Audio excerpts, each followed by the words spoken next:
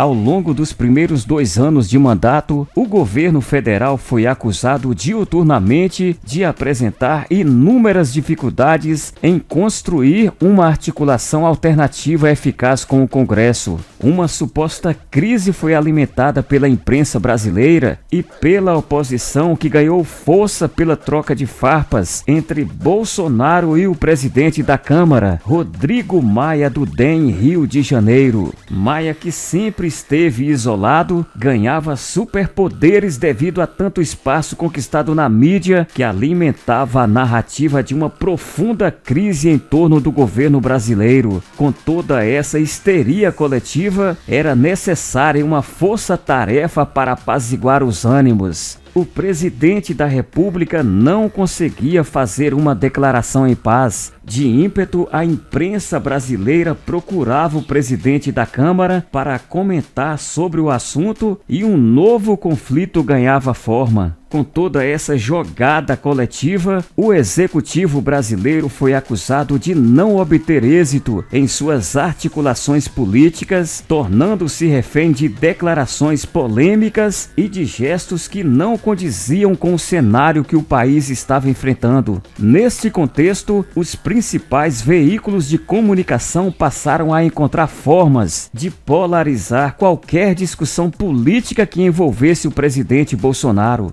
Diante dessa prática, tudo o que estivesse relacionado ao governo federal não mais seria êxito do mesmo, mas sim daquelas figuras que de modo antecipado seriam selecionadas pela imprensa mainstream. Com o palco montado, todas as conquistas e méritos do governo não mais eram entregues ao mesmo, mas aos seus opositores. E assim, de modo sorrateiro, Bolsonaro foi sendo minado de ponta a ponta por aqueles que tentam controlar o monopólio da informação. Nesse dia 1º de fevereiro de 2021, dia em que Rodrigo Maia, do DEM, Rio de Janeiro, e Davi Alcolumbre, do DEM, Amapá, deixam a presidência da Câmara e do Senado, respectivamente, uma nova disputa histórica foi travada. Mesmo diante de intensos ataques, o presidente Jair Bolsonaro e seus articuladores conseguiram estabelecer 2 nomes para representá-los: Arthur Lira, do PP Alagoas, na Câmara, e Rodrigo Pacheco, do DEM, Minas Gerais, no Senado. Ambos vitoriosos e garantirão, teoricamente, uma abertura de caminho para que as pautas do governo tramitem tranquilamente nas 2 casas. É uma vitória histórica consolidada pelo governo Bolsonaro, emplacando uma negociação polida e estratégica. Agora, mais do que nunca, Jair Bolsonaro prova que sim, ele sabe articular politicamente ao ponto de desestabilizar a oposição, enfurecer Rodrigo Maia e ainda por cima driblar os intensos ataques da imprensa.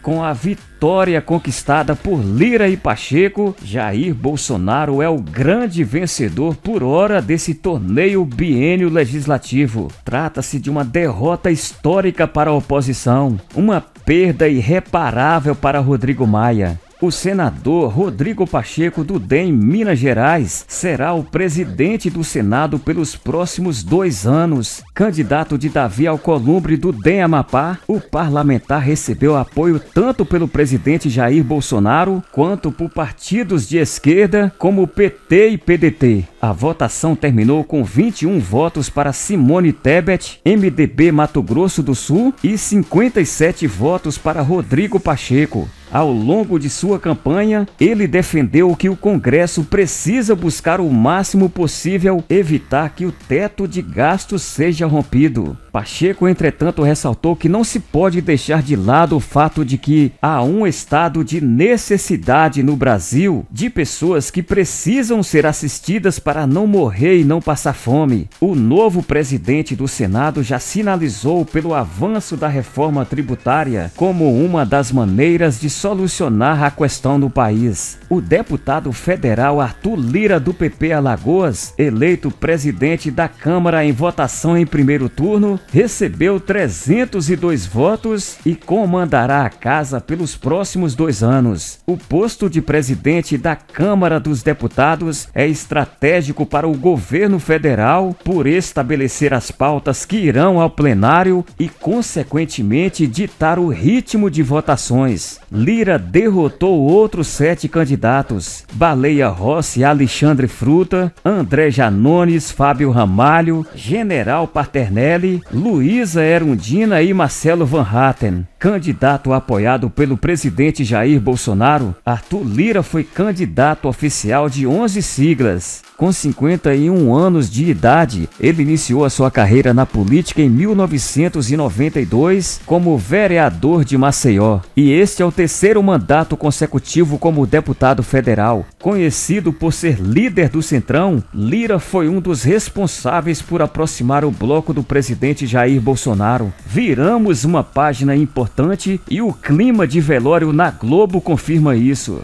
Rodrigo Pacheco eleito presidente do Senado da República, Arthur Lira eleito presidente da Câmara dos Deputados. Política é a arte de administrar os contrários. Talvez agora o Brasil desencrave das suas entranhas figuras abjetas, como Rodrigo Maia, que representa a aristocracia medieval brasileira. Viramos uma página importante. Vem aí a pauta emergencial, onde os poderes devem marchar unidos, sem rancores, sem ódios e sem o egoístico comportamento da defesa de interesses de uma pequena minoria que aparelhou o Estado na defesa dos seus interesses mesquinhos e personalísticos. Não dá para afrouxar, nem para desistir, nem perder o entusiasmo e a fé no Brasil. E para quem dizia que Bolsonaro é intolerante e não sabe dialogar e fazer política, fica aí o resultado manifesto. Agora é domar o puxadinho do ativismo judiciário e pensar no país, avançando nas agendas das reformas escolhidas nas urnas de 2018. Hora de acreditar como nunca. Dialogar é a fórmula